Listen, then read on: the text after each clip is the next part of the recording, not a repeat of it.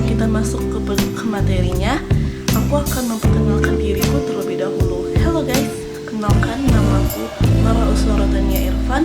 Aku berasal dari Universitas Negeri Padang.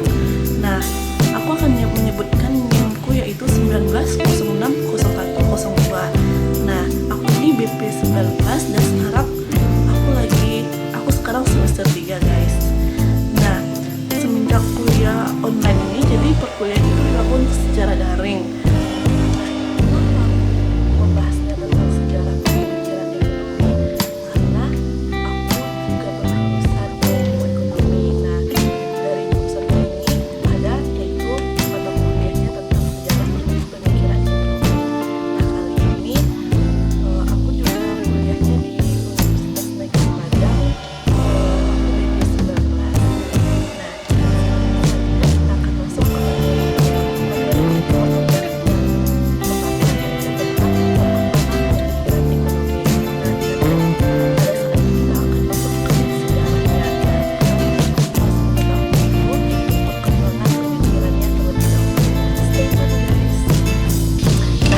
Materi yang pertama itu tentang persoalan ekonomi. Nah, persoalan ekonomi itu ada masanya, yaitu pada masa peradaban manusia semakin lama semakin meningkat dan semakin banyak bervariasi pula kebutuhan manusia tersebut.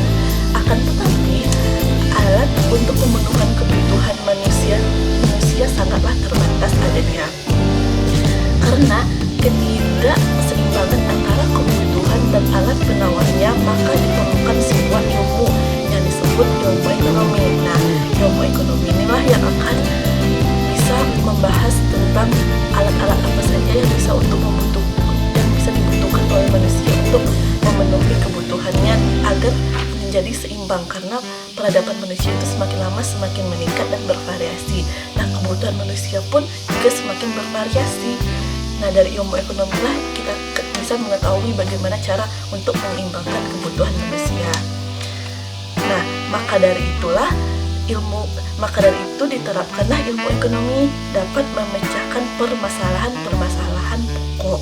Antara lain permasalahannya itu contohnya dapat mengambil sumber daya alam yang dimiliki agar dapat menghasilkan barang-barang dan jasa untuk memenuhi kebutuhan, dan apa yang dapat diproduksi dan agar diseimbangkan untuk memenuhi kebutuhan kehidupan masyarakat. Selanjutnya yaitu ilmu ekonomi yang dikembangkan oleh para pakar ekonomi telah dan semakin canggih. Tetapi tidak semua persoalan itu hanya berkaitan dengan ekonomi. Ada juga persoalan seperti persoalan ideologi, persoalan politik, sosial, budaya, agama, dan keamanan. Walau itu tidak persoalan ekonomi, tetapi persoalan seperti itu juga berkaitan dengan ekonomi. Maka dari itu kita perlu menggali ilmu ekonomi dengan lebih dalam untuk dapat memahami persoalan dan tantangan baru baik sekarang atau di masa yang akan datang. Nah, itu merupakan persoalan itu merupakan persoalan dari persoalan ekonomi. Nah, baiklah, selanjutnya kita akan masuk kepada materi kedua, yaitu materi batasan. Secara sederhana, pengertian ekonomi ialah kaidah-kaidah, aturan-aturan atau pengelolaan suatu rumah tangga. Nah, ilmu ekonomi mempelajari setiap kehidupan rumah tangga masyarakat dalam mengelola sumber daya yang mereka miliki untuk kehidupan atau kebutuhan sehari-hari mereka. Nah, untuk memenuhi kebutuhan sehari-hari mereka juga ada sistemnya, yaitu sistem ekonomi. Sistem ekonomi adalah interaksi dari unit-unit ekonomi yang kecil atau para konsumen dalam bentuk para konsumen dan produsen ke dalam unit ekonomi yang lebih besar di suatu wilayah tertentu. Dalam sistem ekonomi terdapat alat pembuas untuk memenuhi kebutuhan masyarakat yang sangat terbatas. Dan sistem ekonomi yang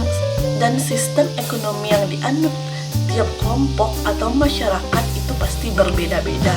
Tidak semuanya sama. Begitu pula yang dianut oleh setiap negara. Tidak semua sistem ekonomi negara itu sama.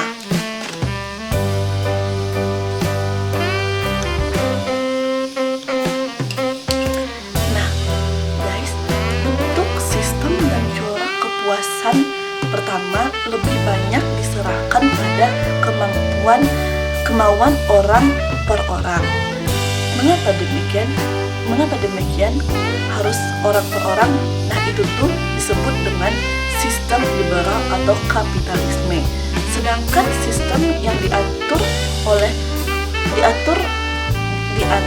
dan dikomandokan oleh pemerintah itu disebut dengan sistem sosialis atau komunis. Nah, negara kehidupan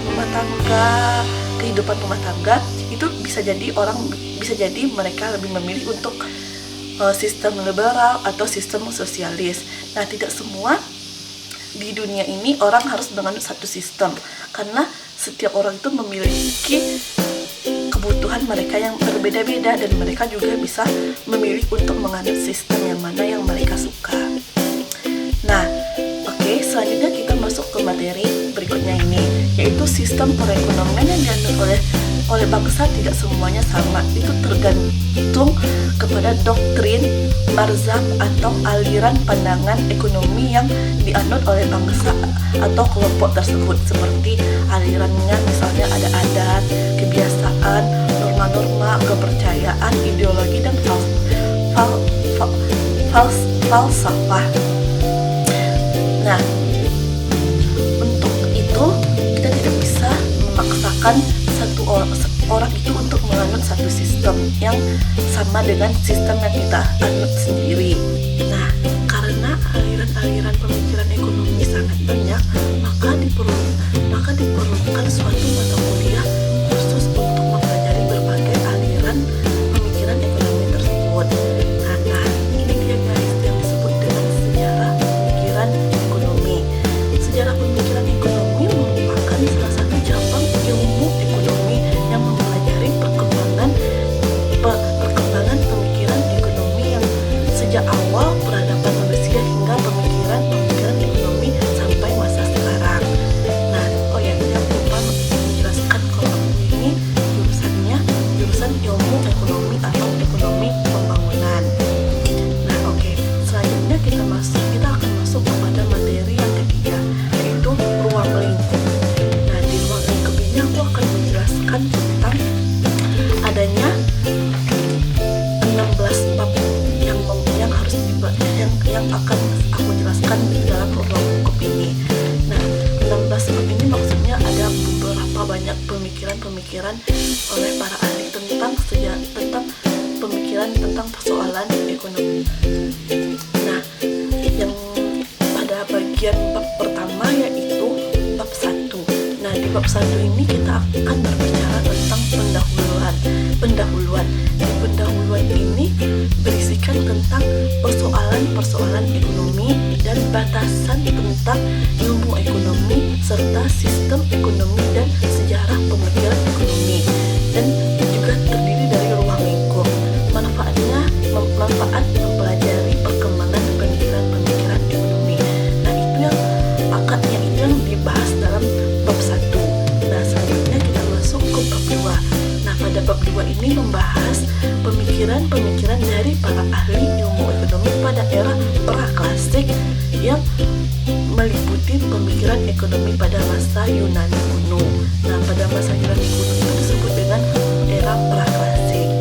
Nah, selanjutnya dalam ruang lingkup selanjutnya itu ruang lingkup bab 3.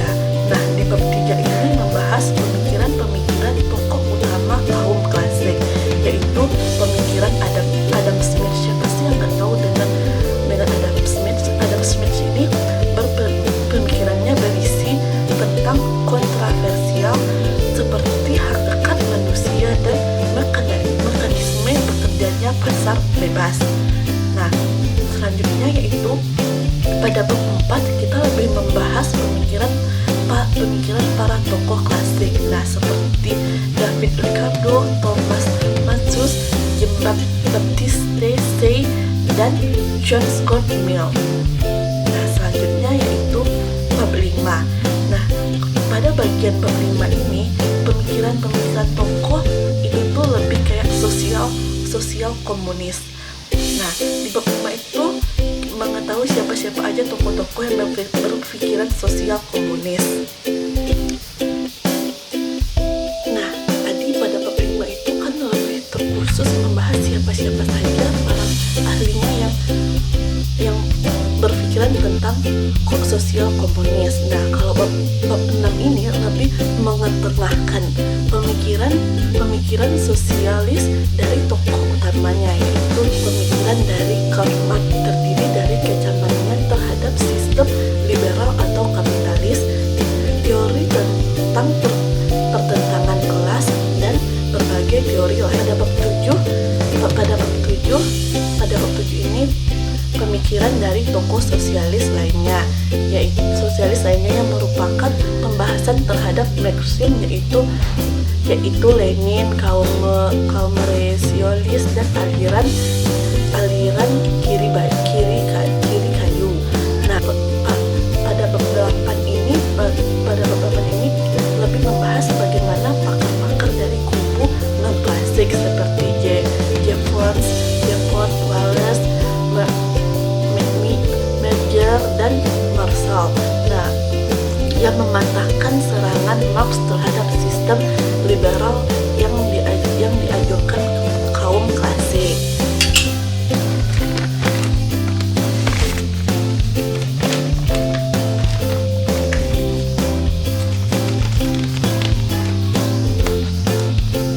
Nah, selanjutnya pada bab 9 ini lebih membahas tentang pandangan-pandangan dari tokoh aliran pandangan ekonomi yang sedikit lari dari pemikiran jalur utama, yaitu lebih kayak mainstream. Kan pembahasannya itu kita itu membahas tentang pemikiran bagaimana caranya supaya kebutuhan sesuai dengan peradaban manusia yang semakin banyak.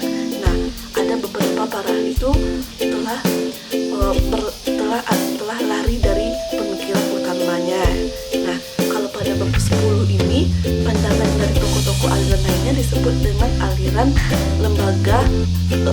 kelembagaan atau institutional economics dengan tokoh Thorsten Vogel.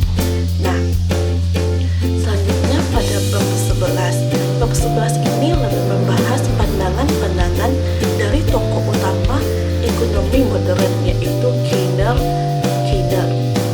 Nah, selanjutnya bab 12 itu lebih mematokkan pandangan dari pendukung Keynes, yaitu lebih merincikan dari isi bab 11 itu.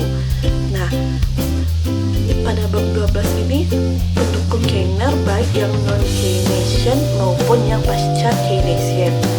Nah, selanjutnya bab 13, 14, 15 itu, kalau yang bab 13 itu tuh lebih membahas pemikiran dari aliran monetaris. Kalau bab 14 pemikiran pandangan dari aliran sisi penawaran, sedangkan pada bab 15 pemikiran aliran ekspektasi nasional atau rantai. Nah, ini bab terakhir yaitu bab 16, yaitu menyaring pemikiran mulai dari bab 1 hingga bab 15. Nah, maksudnya itu mencari pemikiran mana pemikiran yang manakah yang bagus dan sesuai dengan persoalan yang pertama, yaitu persoalan tentang peradaban manusia yang semakin meningkat, sedangkan alat pemuas atau kebutuhannya yang tidak terus berkembang, hanya stok di situ saja. Nah, maka dari itu bab 16 inilah yang akan menyaring pemikiran dari para ahli tersebut.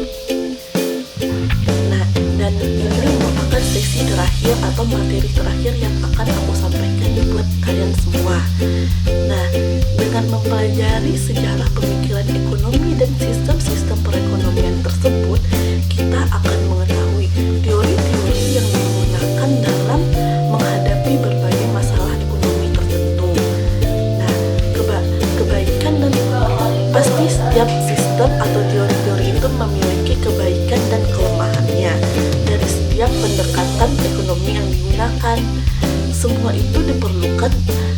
sebagai dasar mengambil keputusan dalam menghadapi masalah-masalah ekonomi yang dihadapi dalam negeri. Nah, baik itu masalah yang pada masa sekarang ataupun pada masa yang akan mendatang. Nah guys, sekian dulu materi tentang sejarah pemikiran ekonomi, atau lebih spesifiknya itu kita membahas tentang perkembangan pemikiran ekonomi yang hanya segitu dapat saya. Oh ya guys, by the way, aku lupa memperkenalkan dosen yang memberi aku tugas untuk mengetahui lebih dalam lagi apa itu sejarah pemikiran perkembangan ekonomi. Nah, dosen yang mengajar aku di mata kuliah sejarah pemikiran ekonomi ini ialah Bapak Dr. Alfon Satrianto, SESE. Nah, Bapak ini mengajar di Universitas Negeri Padang. Nah,